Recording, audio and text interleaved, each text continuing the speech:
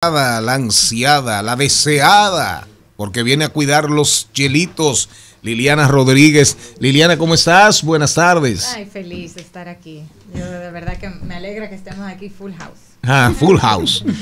Liliana, cuando vimos la noticia, dijimos, wow, qué bueno. Dinero para las pymes, dinero para el préstamos de consumo. Lógicamente dicen que la alegría en casa del pobre dura poco. De repente vinieron los análisis y los analistas. Miren, eso no se va a reflejar, la reducción de las tasas. Si usted tiene en la costilla, tenía tasa fija de 9, de 10 y ahora terminó con las alzas recurrentes que se dieron, usted terminó en 16, 17.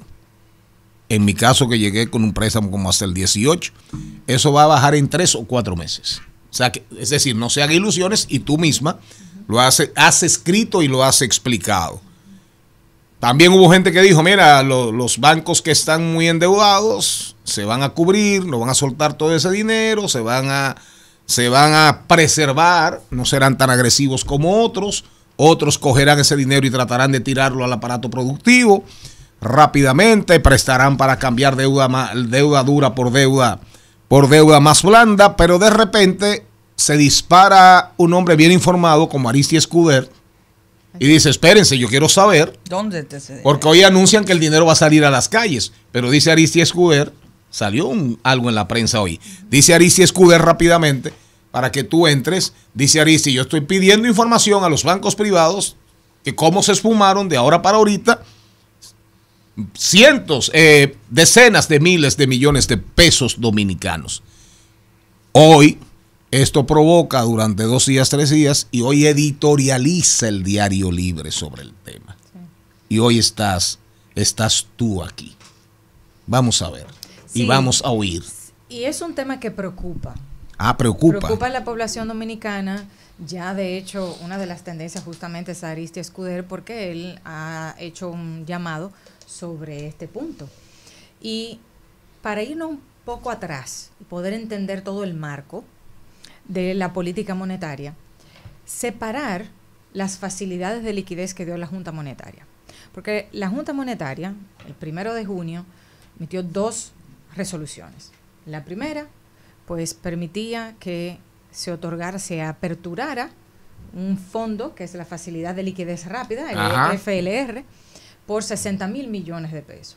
Y está la liberación del encaje legal por 94,000. Por 34,000 millones. Por 34,000, exacto. El total hacen 94,000 millones de pesos. ¿Qué ha pasado y por qué es que se le ha hecho se ha resaltado lo del FLR, la facilidad de liquidez rápida? Que eso es un fondo de 60,000 millones de pesos que se le otorga a las entidades financieras a una tasa de un 3% anual. Por lo cual el costo de fondeo es muy barato. Para las entidades es una maravillosa noticia porque permite fondearse con bajo costo para poder prestarlo más adelante. Y poder prestarlo fácilmente porque tiene una tasa atractiva. Y ahí vamos muy bien. ¿Por qué? Porque la intención del presidente y de Héctor Valdés Albizu, gobernador del Banco Central y de la Junta Monetaria, era justamente dinamizar la economía. Y para dinamizar la economía, porque vimos que el índice de actividad económica de enero a abril fue de 1.2%, es decir, que iba enfriándose un poco la economía, dijeron, bueno, como ahora nosotros tenemos nuestro objetivo es estimular y dinamizar la economía, vamos a soltar dinero para la calle, para que puedan llegarle a las MIPYMES, que le puedan llegar a los hogares y que pueda dinamizarse la economía. Claro está, si eso le llega a las manos adecuadas. Y por eso que se ha hecho un llamado de, vamos a ver, expliquen en qué ha pasado con esos 60,000 millones de pesos. Con los 60,000 de las facilidades de liquidez rápida, no con los del encaje legal. El encaje legal no se ha tocado. Los 34,000 millones de pesos están ahí disponibles. Y es por eso que entonces llama la atención, porque decimos, caramba, esos 34,000 millones de pesos, al final el 85% de esos recursos de encaje legal, quienes lo van a colocar son los bancos múltiples, porque el encaje legal es un porcentaje de los pasivos que mantienen las entidades mantiene sus entidades de las captaciones. Entonces, evidentemente ese dinero está seguro para los bancos múltiples. Entonces, inmediatamente accedieron a las facilidades de liquidez rápida y entonces ahí también ha habido pues reclamos de entidades más pequeñas que no han podido acceder al fondo FLR porque justamente se quedaron sin esos recursos. Lo que llama mucho la atención es cómo en menos de una semana, o sea, fines de semana hasta el día 14 de junio, todos esos recursos se agotaron. Se esfumaron. Entonces la pregunta es de caramba, ¿qué pasó? ¿Pero a dónde se fueron? ¿En qué lo ¿Al Banco Central otra vez? El instructivo del Fondo de Liquidez Rápida establece incluso que las entidades deben de enviar un sinnúmero de información, entre ellos que aparezca el nombre de la entidad, el monto desembolsado, a qué sector productivo fue destinado, el nombre de la persona. Entonces eso permite también, y eso es lo que reclama la población, de decir, ok, pero si ahí estaba la intención y todos los recursos lo iban a liberar para nosotros acceder ahora a bajos recursos, para poder invertirlo en las MIPYMES, poder invertirlo en las empresas, ¿por qué no podemos acceder a ello? Porque el reclamo es que van a las entidades y le dicen que ya se agotó, que ya no lo tienen. Pero los 34,000 millones de pesos del encaje legal están ahí disponibles, y más aún. Lo que revela de que esos 60,000 millones de pesos fueron colocados en pocos días, cuando se ve la evolución de las tasas de interés activas de la banca ponderada, del 12 al 14 es que baja el promedio ponderado, baja un 9%, mientras que en los demás días se mantiene por encima de un 12%. O sea, que es decir que la mayoría de los recursos todos los recursos, casi la totalidad, fueron colocados en esos días, en esos 3 días, del lunes a miércoles. Y por eso entonces, el día 15 de junio se emite una nueva resolución para liberar, o para no liberar, sino para ampliar ese fondo de liquidez rápida en 25,000 millones de pesos más. O sea que aparte de esos 94,000 millones de pesos, aparte de los 60,000, en facilidades de liquidez rápida se aprueban 30,000 más. 34.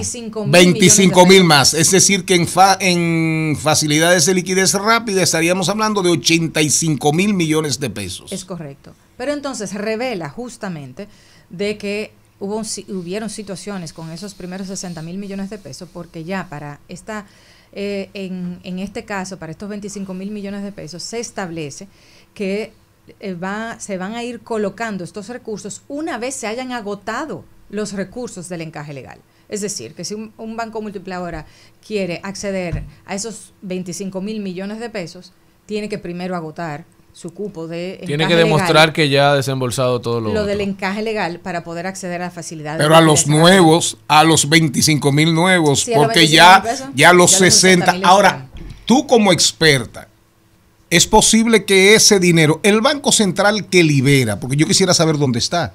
Sí. El Banco Central libera dinero que, como me escribe un amigo me escribe y me dice, caramba, qué fácil. Oigan lo que me escribe un amigo, atención audiencia, me escribe un amigo, aquí está. ¿Sería posible tomar un préstamo a una tasa del 9%? Que en ese caso no es 9, es 3%. El dinero, la facilidad de liquidez rápida liberada, el banco la recibe del Banco Central es a un 3%. Es correcto, pero los bancos lo colocan. Se supone que era para que lo colocara 9%. Un máximo de 9%. Pero el amigo estoy diciendo lo que me escribe y hago la corrección. ¿Sería posible tomar un préstamo a una tasa del 9 y luego volver a invertirlo en el Banco Central a una tasa del 16? La corrección que hacemos es que no es al 9. El Banco Central se lo está entregando a los bancos al 3% para que lo preste a una tasa máxima que no pase de 9. Sí. Ahora, ¿lo pueden mandar para el Banco Central al 16? Ahora, era incluso una advertencia que hice unos días atrás, al principio, justo cuando salieron las medidas. El riesgo de que personas accedan a esos recursos de un máximo de un 9% y después entonces utilizan esos recursos no para invertirlo en un negocio o para dinamizar la economía, sino tomarlo a máximo un 9% para entonces ir y hacer inversiones con ello. y ganarse ese margen. Se gana un 5 tranquilito y el dinero no significa nada en la economía nacional. Exactamente. Entonces, eso es una preocupación. También otra preocupación es que personas que no estaban interesadas en préstamos recibieron llamadas. Ven a buscar, ven a buscar. Y en la semana de que el contrato y el pagaré ya estaba listo. A mí me pasó. Lo fueran a buscar. Me llamaron de 3 instituciones bancarias que si yo no necesitaba un préstamo, que buscaron algo, yo no necesito dinero. ¿Y quién responde por esto? Entonces, eso justamente. Superintendencia de Bancos. Justamente eso es lo Alejandro Fernández. Banco Central, Junta Monetaria, porque esto amerita una investigación. Exactamente, eso es lo que, y de hecho es lo que la población pues ha resaltado, de que si estas medidas justamente lo que buscan es dinamizar la economía, que le lleguen a las personas de escasos recursos, las MIPYMES, que justamente el hecho de que algunos bancos múltiples acaparen la totalidad de esto y que también ahí vamos a hablar del riesgo de crédito, que voy a hacer un comentario al respecto, eso no permitió que bancos de ahorro y crédito que trabajan con MIPYMES, que trabajan también en el interior del país, puedan acceder a esas facilidades de bajo costo y que la puedan colocar, por tanto, a una menor tasa. Porque también las MIPYMES estaba establecido en el instructivo que no fuera un tope de un 9%, sino que fuera una tasa competitiva tomando en cuenta los riesgos inherentes del sector. O sea que si hay bancos de ahorro y crédito que trabajan con el sector de las MIPYMES y no pudieron acceder a ese fondo de liquidez rápida de un 3%, no van a poder colocarlo a unas tasas menores de las que ya previamente estaban. Y hay un informe de la cartera de crédito del sistema financiero a diciembre de 2022 que hacía constar que la tasa promedio de las MIPYMES de todo el sistema es de un 27%, cuando los grandes deudores es cercano de un 8%. ¿Y cómo sobreviven? Entonces, justamente, y ahí iba otra preocupación. Una locura. ¿Cómo va a ser que estos recursos la resolución fue del 1 de junio y entraba en vigencia este fondo de facilidad de liquidez rápida el día 12 de junio? Y lo que preocupa es que como en menos de una semana hayan sido colocados 60,000 millones de pesos, porque preocupa el tema del riesgo de crédito. ¿Dónde está la evaluación de crédito? ¿Dónde está la debida diligencia? ¿Dónde está toda la documentación que también el mismo instructivo del Fondo de Liquidez Rápida establece que para que las MIPYMES puedan acceder a ello tienen que presentar una serie de documentación, que eso no se encuentra rápidamente? Recordemos que hubo una liberación de recursos de encaje legal a principios de año para el sector construcción y todavía no se ha terminado de copar. No se han desembolsado todavía ese dinero, hay dinero en las arcas, sí, 6 meses después. Y por eso es que ahora con esa liberación con esa ampliación del fondo de facilidad de liquidez rápida de los 25,000 millones de pesos que le anunciaron el viernes pasado, establecieron esos límites de que primero se agotara los recursos del encaje legal y que también, dependiendo del tamaño de la cartera de cada entidad, le iban a ser asignados recursos de ese fondo de facilidad de liquidez rápida para que las entidades pequeñas también, las entidades financieras pequeñas también, pudieran fondearse, porque también ellos necesitan su liquidez. Me escribe un amigo, a partir del comentario que hiciéramos antes, con el otro amigo que nos escribió, y nos dice... respondiéndole a la persona que nos escribió que hablaba del 16 en el Banco Central. Dice, es que la banca no tiene que reinvertirlo al 16 para hacer un negociazo. El Banco Central le está otorgando 64,000 millones a una tasa del 3% para que lo coloquen a una tasa máxima del 9%. Le están regalando un 6% de unos fondos que tienen cero costo de captación. Cero costo. O sea, los bancos privados, los bancos múltiples no tienen que hacer nada. Reciben esas facilidades de liquidez rápida del Banco Central al 3% y lo prestan al 9% y se están ganando un 6% como intermediario, me explica la persona. Y si además no hacen esfuerzo por colocarlos en los sectores productivos y los destinan a hacer tesorería, que eso es lo que quiero que expliques, y lo destinan a hacer tesorería, entonces puede ser que el negociazo sea todavía más lucrativo, ofensivo y obsceno. ¿Qué es tesorería en un banco? Son las inversiones. Y de hecho, se estima que cerca de un 30% de algunas entidades, de 30% de los ingresos financieros de algunas entidades provienen de tesorería, de tomar recursos que tú recibes y poder colocarlos en otros instrumentos. No colocarlo en una cartera de crédito, que es uno de tus activos, sino también lo puedes colocar en instrumentos, ya sea bonos del Banco Central, bonos de Hacienda. Es decir, que ahí pudieran ganar más dinero todavía. Y no asumen riesgo. Ninguno. En la cartera de crédito tú tienes un tiempo para que te retorne y asumes un riesgo de crédito al colocarlo, mientras que con esa labor de tesorería tú haces una intermediación recibiendo unos recursos de nosotros como depositantes, y entonces se colocan en estos instrumentos y notas y letras del Banco Central y de Hacienda.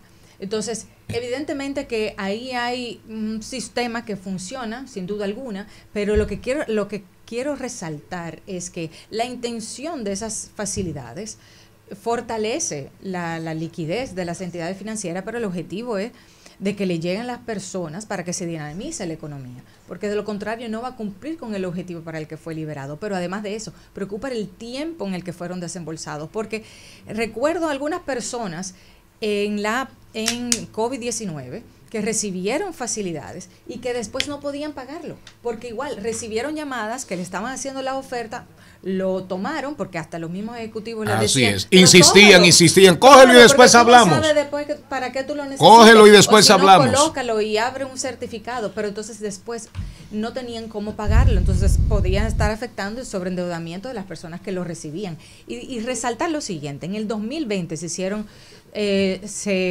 estuvo también en el 2020 2 resoluciones donde se creó un fondo de facilidad de liquidez rápida justamente por la COVID-19 y poder ayudar a la población. Y ese monto ascendió a 100,000 millones de pesos en el 2020 por la situación de COVID-19. Y hoy en día estamos hablando que 60,000 más 25,000 millones, ya van 85,000 millones de facilidad de liquidez rápida. O sea, prácticamente al mismo nivel en lo que nos encontramos en el 2020 de COVID-19. Liliana, para cerrar, ¿quién debe responder a todo esto?